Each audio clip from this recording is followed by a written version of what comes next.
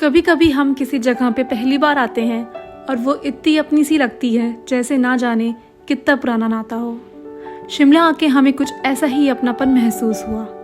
यहाँ के नज़ारे और शांति किसी सुनहरे सपने से कम नहीं थे। हेलो, नमस्ते and welcome to my channel travel गपशप।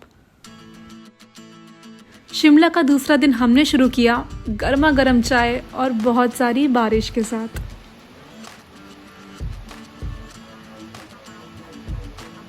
हमने बुलाई टैक्सी और होटल से निकल पड़े अपने दूसरे दिन की पहली डेस्टिनेशन जाने के लिए, जो थी शिमला के पास ही situated hill station Naldehra.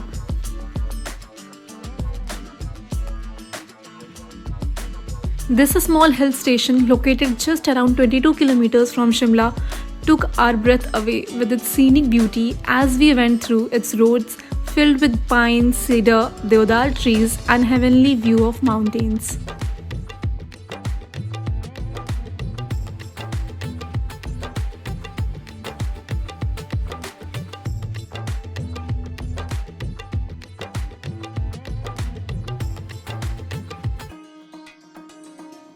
Naldehra पहुंचते ही हम सबसे पहले देखने गए the most famous tourist spot the golf course.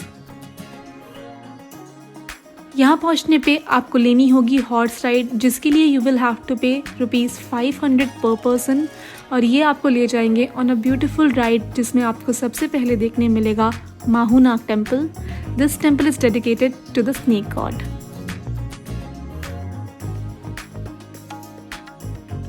इस जर्नी के थ्रू घोड़े वाले आपको शिमला और नालदेहरा की कल्चरल हिस्ट्री, फेमस फेस्टिवल्स और वहाँ के नेचुरल ब्यूटी के बारे में काफ़ी जानकारी देते रहेंगे।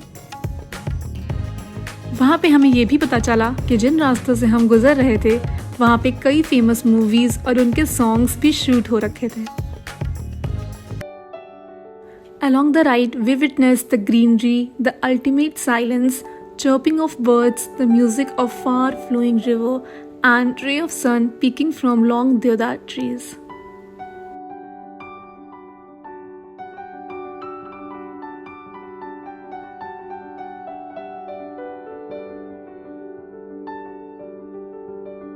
We reached the point जहाँ से हम गोल्फ कोर्स देख सकते थे। Entry to this place was not allowed as, according to the locals, due to so many tourists visiting the site and making it crowded, it's now closed for tourists. But we also got to know that this place opens for tourists and locals at time of Diwali. So if you want to plan to visit to golf course, you can come around that time जब आपको entry मिल जाएगी। We stayed there for some time, witnessing the big golf course, its greenery and a beautiful view of mountains.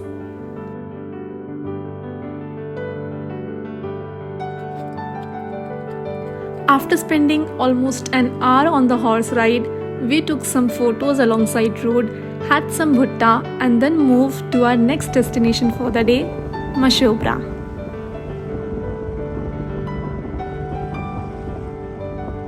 Mashobra is a small town situated at an half an hour distance from Shimla. Mashobra में हमने visit किया यहाँ का very famous park which is also popular among tourists, Carignano Park. इस time तक बारिश थोड़ी तेज़ हो गई थी, बट हमारा सफ़र अभी बाकी था, तो हमने ली टिकट्स जो थी ₹50 पर पर्सन और चल पड़े इस ब्यूटीफुल पार्क की ब्यूटी को विटनेस करने के लिए।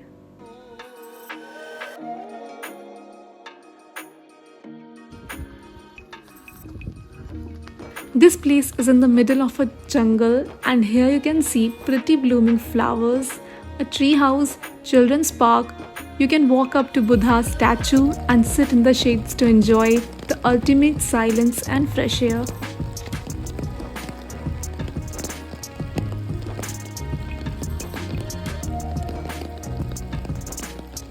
बारिश थोड़ी ज़्यादा ही तेज़ हो गई थी तो जल्दी ही यहाँ से निकलना पड़ा। रास्ते में थोड़ा भोजन ग्रहण करने के बाद हम पहुँचे शिमला के सबसे फेमस टेम्पल में, झाकू टेम्पल। झाकू मंदिर आप डायरेक्ट स्टेयर से आ सकते हो। दूसरा रास्ता है रोपवे, जिसका आने जाने का कॉस्ट आपको पड़ेगा अराउंड ₹400 एंड आप हमारी तरह टैक्सी या कार से भी मंदिर तक पहुंच सकते हो। इस जगह पे बंदरों से बच के रहना, वरना आपका सामान तो समझो गया। इस मंदिर में आपको हनुमान जी के भव्य मूर्ति के दर्शन करने मिलेंगे। शिमला के बड़े बड़े पहाड़ों और ऊंचे ऊंचे पेड़ों के बीच भी यह मूर्ति आंखों को अलग ही सुख देगी। बजरंगबली के इतने अच्छे दर्शन करने के बाद हम आ गए वापस टू मॉल रोड।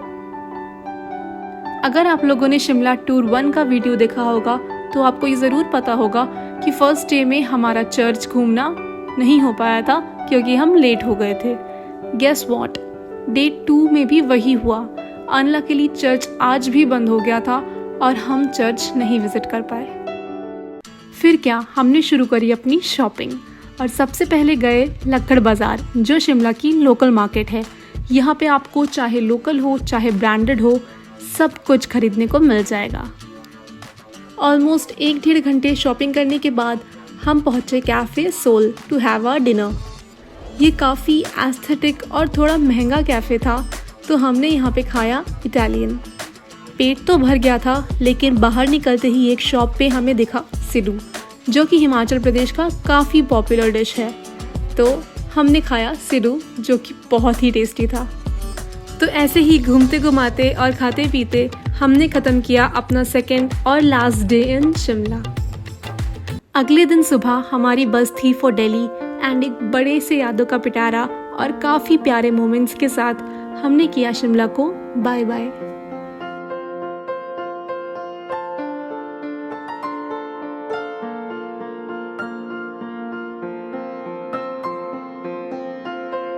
अरे रुकिए, अभी कहाँ जा रहे हैं? अभी वीडियो ख़त्म नहीं हुई है।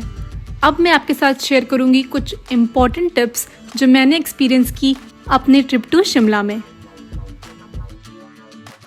फर्स्ट पॉइंट है, अगर आप मॉनसून में आ रहे हो तो अपने साथ अम्ब्रेला और रेनकोट ज़रूर रख के आना, क्योंकि यहाँ पे बारिश का कोई भरोसा नहीं होता। और अगर आप जुलाई मंथ में आ रहे हो तो ट्राई करना कि फर्स्ट वीक या सेकेंड वीक में ही आओ, क्योंकि उसके बाद यहाँ पे बहुत बारिश होती है और लैंडस्लाइड्स का बिल्कुल भरोसा नहीं होता। सेकेंड पॉइंट है कि अगर आप शिमला के ट्रिप प्लान कर रहे हो तो ज़रूर ट्राई करना कि टॉय ट्रेन की राइड बिल्कुल मिस ना हो, क्योंकि ये एक अलग ही एक्सपीरियंस होता है और आप ये मेरी फर्स्ट वीडियो में ज़रूर देख सकते हो। थर्ड पॉइंट है कि आप ट्राई कर सकते हो कि होटल पहले से ही ऑनलाइन बुक करके आओ, और हो सके तो होटल मॉल रोड के आसपास ही लेना, क्योंकि उससे सिटी का एक्सेस आसान हो जाता है। लेकिन अगर आप अपनी कार से आ रहे हो तो आप दूर भी होटल ले सकते हो, क्योंकि दूर होटल लेने का मतलब है वहाँ के नज़ारों का तो कोई जवाब ही नहीं होगा। फोर्थ पॉइंट है, try to plan everything beforehand, क्योंकि यहाँ पे हर जगह की टाइमिंग्स होती हैं एंड मोस्टली चीज़ें 5 PM तक बंद हो जाती है। लास्ट और सबसे इम्पॉर्टेंट पॉइंट है कि अगर आप अपनी कार से नहीं आ रहे हो और किसी ट्रांसपोर्ट से ट्रेवल कर रहे हो तो शिमला में आने के बाद टैक्सी स्टैंड्स पे आपको बार्गेन बहुत करना पड़ेगा, क्योंकि ये लोग बहुत हाई प्राइस बताते हैं, लेकिन आप अगर थोड़ा बार्गेन करोगे तो they will come to right price. ये थे कुछ इंपॉर्टेंट टिप्स जो मैं आपके साथ शेयर करना चाहती थी। Thanks for watching the video, and अगर वीडियो अच्छी और इन्फॉर्मेटिव लगी हो तो please do share, like and subscribe and show some love.